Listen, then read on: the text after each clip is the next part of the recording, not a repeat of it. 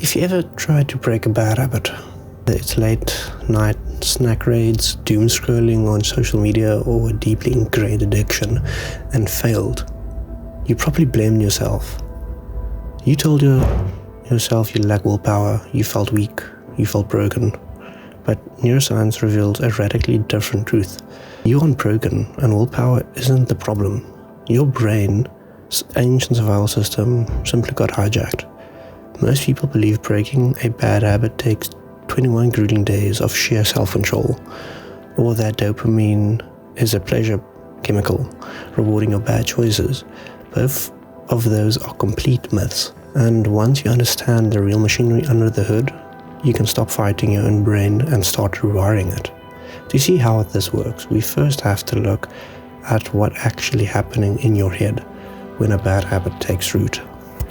Clinically, an addiction isn't defined by a specific drug or chemical.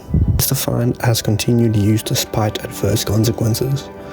That means whether it's compulsive gambling, binge eating, or scrolling social media until 2 a.m. If it's causing negative outcomes in your life and you keep doing it on autopilot, it lives on the exact same habit spectrum. And every single one of these behaviors targets one specific neurochemical pathway, dopamine. Now forget the internet myth that dopamine is the pleasure molecule. Dopamine was never designed to sit around in a cave feeling satisfied. That wouldn't keep our ancestors alive. Dopamine is a motivational molecule. When your brain anticipates a reward or encounters something unexpected, dopamine spikes. It doesn't give you satisfaction, it creates a restless, itchy, uncomfortable urge that drives you out of your seat to go do something. It signals tension, not pleasure. Once you perform that behavior repeatedly to relieve the tension, your brain builds an autopilot loop. Trigger, behavior, result.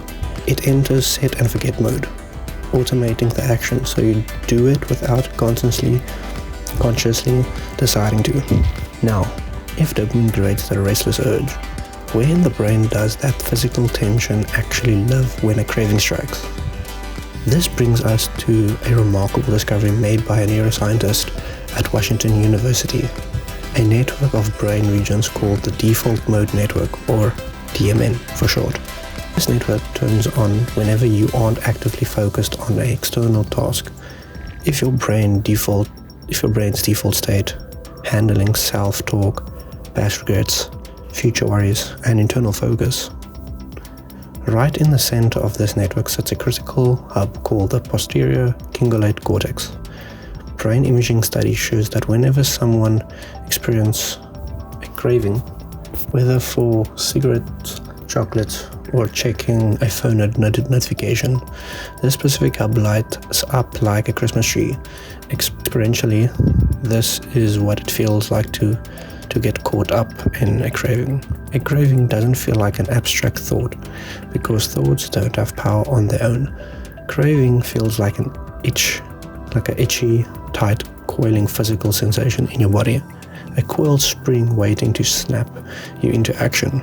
And once you realize a craving is just physical signal generated by this internal network, the big question becomes, how long does it actually take to rewrite the circuit? This is where almost everyone gets misled by a 60-year-old myth. You probably heard that it takes 21 days to form or break a habit, but where did that number actually come from? In 1960, a plastic surgeon named Maxwell Maltz wrote a book noting that it took his patients about 3 weeks to adjust to their new nose jobs. Somehow, society turned getting used to a nose job into a universal neuroscientific law. The actual science shows there's no fixed timeline. In fact, your brain can update habit circuitry drastically faster using a biological mechanism called negative prediction error. Your brain operates purely on expected reward values. If you engage in a bad habit like overeating, and you pay close non-judgmental attention to how it actually feels in your body, the bloated gut, the brain fog, the regret, your brain updates its data in clinical trials. when people simply paid heightened awareness to the real-time physical reality of their bad habits.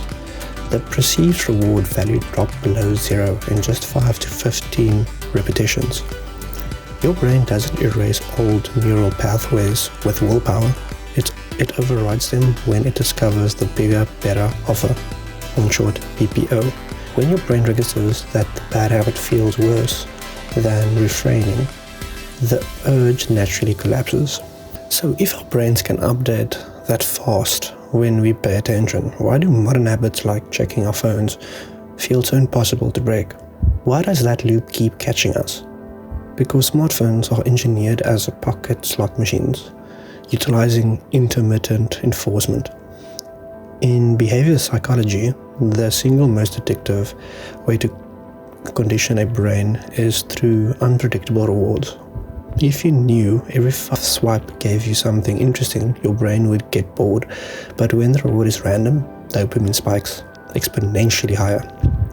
We turn to these devices under negative reinforcement. You feel bored, lonely, or tired. That's the trigger. You scroll. That's the behavior. And you numb out. That's the result. Inevitably slip up and fall back into the loop. A dangerous second trap springs open, the shame loop.